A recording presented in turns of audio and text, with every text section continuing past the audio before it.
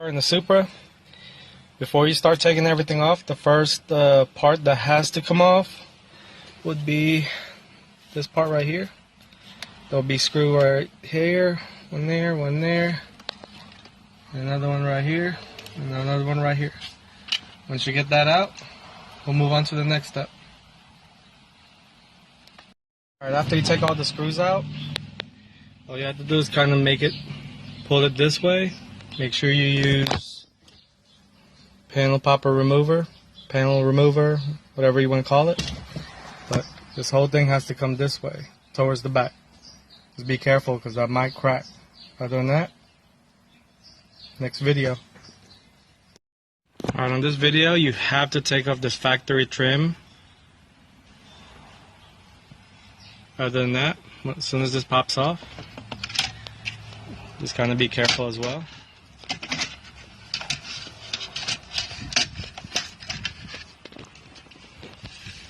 It's only held by little clips right here in the bottom. Other than that, next video. In this next video, this is the one you had to take off. This one whole piece. Just a standard Phillips head screw that holds it. Other than that, once you get that out, it pops off just like any other panel. Other than that, I already got it loose and everything. So, and make sure you unplug the dimmer and the factory side mirror right there. Already got that. Other than that, like I said, it's only being held by plugs. Next video. Alright, in this next video, you have to take off the factory shift knob. That way everything would kind of come off. This whole piece, all the way up here, will have to pop off. Again, use your panel remover. I started from all the way in the back and kind of worked my way all the way right here, all around.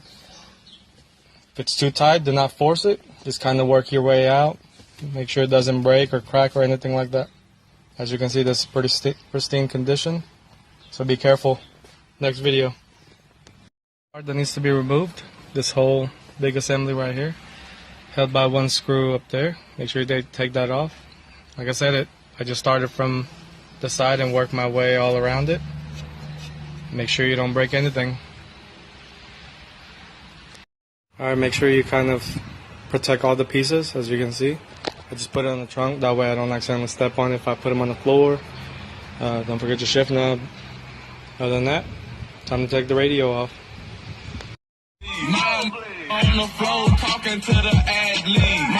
Stock stereo before the Kenwood install. Stock stereo out.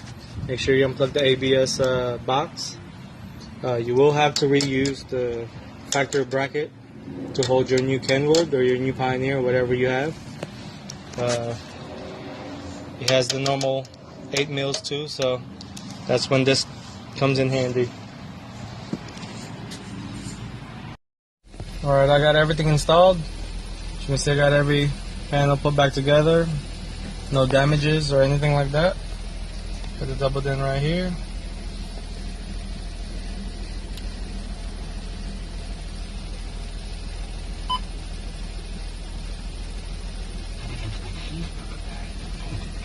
AT&T prepaid and get 2 free.